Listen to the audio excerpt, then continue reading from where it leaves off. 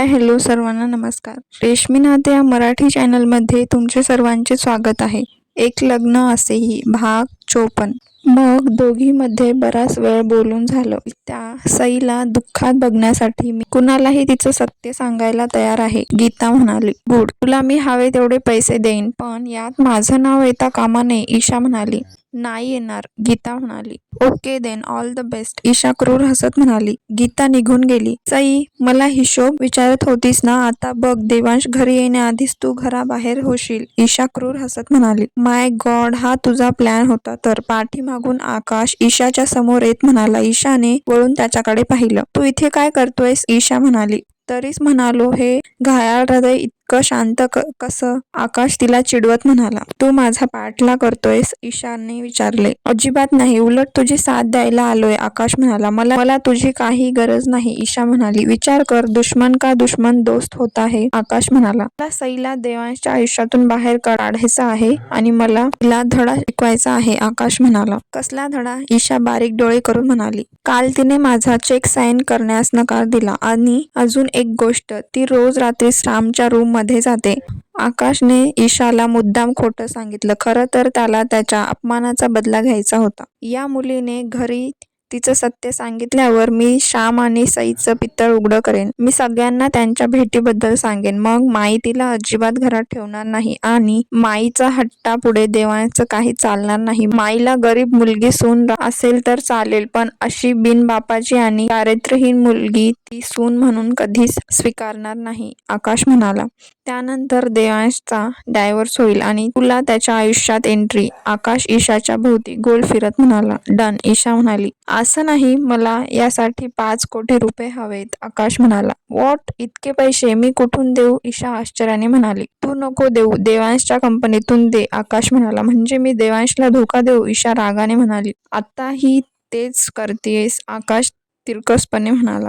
मी त्याला धोका देत नाहीये, तिचं सत्य सांगते, ईशा म्हणाली. काहीही असो, कदाचित सत्य ऐकून पण देवांश सईला सोडणार नाही, आकाश म्हणाला. ठीक आहे, डन, ईशा म्हणाली. ए होईना बात, आकाशने तिला हसत मिठी मारली. Don't cross your limit, Isha त्याच्यापासून दूर होत म्हणाली. तर फ्रेंडली हक करत होतो, आकाश डोळे गोल फिरवत म्हणाला. दिवसभर सई थोडी नाराजच होती. एकतर ती अगोदर आकाशमुळे डिस्टर्ब होती, आणि त्यात देवांशचा फोन अजून आला नव्हता. मॅडम, तुमची तब्येत बरी दिसत नाहीये, तुम्ही घरी जाता का, आरती म्हणाली. मीही तोच विचार करत होते, सई म्हणाली. आणि म्हणून मी तुला घ्यायला आलोय, श्याम हसत कॅबिन मध्ये आला. श्याम, सई आश्चर्याने म्हणाली. इकडे माझं एक काम होतं, आणि ड्रायव्हरचाही फोन आला की गाडी खराब झाली आहे, म्हणून मग तुला न्यायला आलोय, श्याम म्हणाला. छान केलं, सई म्हणाली. निघूया, श्याम म्हणाला. हो, सई म्हणाली. मॅडम, घरी गेल्यावर काहीतरी खाऊन घ्या, आरती म्हणाली. म्हणजे वहिनी, तू जेवली नाही, श्यामने काळजीने विचारलं. अरे नाही, ते मन नव्हतं करत, सई म्हणाली. का, तुझी तब्येत तर ठीक आहे ना, श्याम काळजीने म्हणाला. हो रे बाबा, एकदम ठणठणीत आहे मी. चल, उशीर होतोय, सई तिची बॅग हातात घेत म्हणाली. चला, श्याम म्हणाला. मग दोघेही ऑफिसमधून निघाले. गाडी सरपोजदार बंगल्याकडे निघाली. मध्येच श्यामचा फोन वाजत होता. त्यावर बेबी असं नाव होतं. बेबी, सई आश्चर्याने त्याच्याकडे बघत म्हणाली. फ्रेंड आहे, श्याम लगेच म्हणाला. पण मी कुठे म्हणालो गर्लफ्रेंड आहे, सई खट्टाळ हसत म्हणाली. काय वहिनी, तू पण श्याम लाजून म्हणाला. लवकर फोन उचल, नाही तर बेबीला म्हणजे तुझ्या फ्रेंडला राग येईन, सई हसत म्हणाली. नंतर करेन, घरी आलोय, श्याम म्हणाला, आणि गाडी मॅन्शनच्या आत घेतली आणि तिला मेन दरवाजावर सोडलं आणि गाडी घेऊन पुन्हा बाहेर निघून गेला.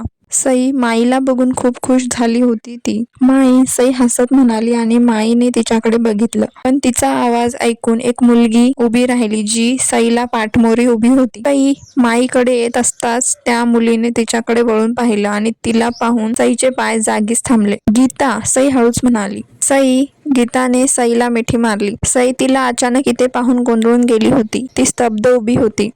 कशी आहेस, किती दिवस झाले तुला भेटावं म्हणलो होतो, पण वेळच मिळत नव्हता. मग आज मुद्दाम वेळ काढून आलो. तुला आठवण करून द्यायची होती, तुझे बाबा काकांचं श्राद्ध येत आहे, आजी म्हणाली सईला आठवण करून दे. तो तिचा सख्खा बाबा जरी नसला तरी त्याने स्वतःच्या मुलीसारखं तिला सांभाळलं आहे. ती आता इतक्या मोठ्या घरात राहून सगळं विसरली आहे, पण आपण तिला त्याची आठवण करून द्यायला हवी, म्हणून मी आले तुला सगळं पुन्हा एकदा आठवण करून द्यायला. गीता म्हणाली. सख्खे बाबा नाहीत म्हणजे मुरारी कोण आहे मग? तारा म्हणाली. मुरारी माझे बाबा आहेत आणि सई सुरेश काकांची मुलगी. तसं तर ती आमच्या खानदानातली नाही, पण आम्ही तिला स्वीकारलं, आमचं नाव दिलं. गीता म्हणाली. सई तर तिच्या तोंडाकडे बघत होती. हा अचानक काय प्रकार चालला आहे हे तिला काही समजत नव्हतं. एक मिनिट हा, आम्हाला काही समजेल असं बोलशील? सोनाली गोंधळून म्हणाली. म्हणजे तुम्हाला सईने काहीच सांगितलं नाही? बापरे, हे मी काय करून बसले. सॉरी हा, मी जाते. गीता जाण्याचं खोटं नाटक करून म्हणाली. थांब. माईचा कडक आवाज आला आणि गीता मनातच खुन्नशी हसली. आम्हाला सईबद्दल काय माहीत नाही? माई म्हणाली. नाही, मला काही माहीत नाही. गीता मुद्दामच म्हणाली. आम्हाला सगळं खरं काय ते कळायला हवं. माई आवाज वाढवत म्हणाली. गीता शांत उभी होती. आता बोलणार आहेस की मुहूर्त काढू? तारा चिडून म्हणाली. सांगते, गीता म्हणाली. माई, मी खरं काय ते सांगते. सई पुढे येत. थांब, मला या मुलीच्या तोंडून ऐकायचं आहे. माई सईला हात दाखवून म्हणाली. सई तशीच उभी राहिली. तू बोल आणि सगळं खरं बोल. ही जरी खोटं सांगलीस तर पोलिसात देईन. तारा गीताला म्हणाली. नाही नको, मी सगळं खरं सांगते. गीता म्हणाली. सईची आई कल्याणी काकू तिला खूप दिवस बाळ होत नव्हतं. सुरेश काकामध्ये काहीतरी प्रॉब्लेम होता. त्यांना कधीच बाळ होणार नाही असं डॉक्टरांनी सांगितलं होतं.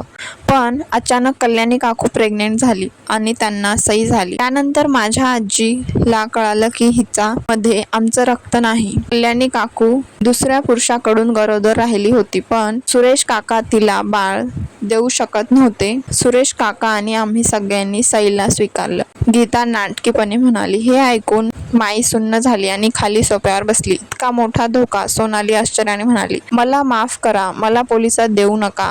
गीता रडण्याचं नाटक करत म्हणाली. पोलीस? खरं तर तुझ्या घरच्यांवर केस केली पाहिजे. आमच्यासोबत इतका मोठा विश्वासघात केलास कसा त्यांनी? तारा रागाने लालबुंद होऊन म्हणाली. प्लीज असं करू नका, मी तुमच्या पाया पडते. आम्ही तुम्हाला सगळं सांगणार होतो, पण सईच्या आईने सांगू दिलं नाहीच. माझ्या बाबांची मुलगी म्हणून इथे लग्न लावा, कारण तिचं लग्न होईल की नाही माहीत नव्हतं. कोण अशा मुलीला सून करून घेईन? त्यात तुमचं स्थळ आलं. मुलगा अपंग आहे म्हणजे सईचं सत्य लपल्या जाईल म्हणून कल्याणी काकूने हे लग्न लावण्यास होकार दिला. आजी, माझे बाबा तर किती म्हणत होते असं धोका ठेवून लग्न लावणे बरोबर नाही. त्यांना कळालं तर काय होईल? पण कल्याणी काकू म्हणाली. तोपर्यंत आपल्याकडे खूप पैसा येईल. देवांश सरपोजदार खूप मोठी हस्ती आहे आणि तो अपंग आहे. त्याला तरी कुठे कोण मुलगी देणार आहे? आपली सई तिथे राणीसारखी राहील आणि आपल्यालाही फायदा होईल. जर जन्मदात्री आईच असा विचार करत असेल तर मग आम्ही काय करणार? गीता आता काहीही खोटं बोलत होती.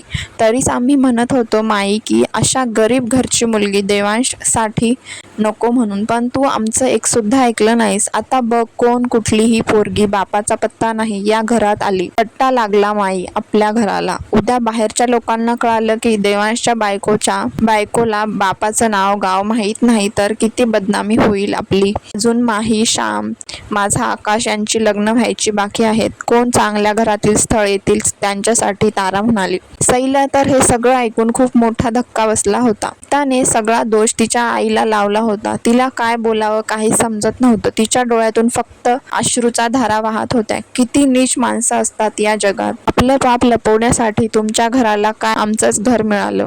तारा रागाने गीता आणि सईकडे बघून म्हणाली. माई, यात चुकी तुमचीच आहे. देवांश लग्नासाठी तयार नव्हता, पण तुम्हीच त्याच्यावर जबरदस्ती केली. सोनाली म्हणाली. अगं वहिनी, माईला तरी कुठे माहीत होतं की अशी धोकेबाज असेल? लालची कुठले? तारा म्हणाली. बस. माई डोक्याला हात लावून म्हणाली. तू जाऊ शकतेस. माई गीताला म्हणाली. त्या तिथून निघून गेली आणि जाताना सईला एक लूक देऊन गेली. माई, तू ठीक आहेस? तारा म्हणाली. सई, तू आम्हाला खरं काय सांगितलं नाहीस? माई म्हणाली. माई, मी देवांशला बोलतच होती की पाठीमागून आकाशचा आवाज आला. देवांशला लुटायचं होतं हिला, तुला माहीत आहे? माई, ऑफिसात येऊन हिने बरेच पैसे काढून घेतले. आकाश म्हणाला. व्हॉट? सोनाली म्हणाली. हो मम्मी, देवांशने हिला ऑफिसात येण्याची परमिशन काय दिली? हिने सगळा कारभार हातात घेतला. मला विचारल्याशिवाय एकही पैसा कुणालाच द्यायचा नाही असं सांगितलं सईने. आकाश म्हणाला. आयत्या पिठावर रांगोळी ओढायची सवयच आहे. तारा म्हणाली. मलाही एका कामासाठी पैसे हवे होते तर दिले नाहीत, आकाश म्हणाला. माई हा खोटं बोलतोय. खरं तर आकाश पैशाचा घोळ करत होता. सई रडत म्हणाली. खोटं बोलतीयस तू. माझा आकाश असा कधीच करणार नाही, तारा रागाने म्हणाली. समोर काय झाले पाहूया पुढील भागात. हा भाग कसा वाटला कमेंट करून नक्की सांगा. भेटूया पुढील भागात.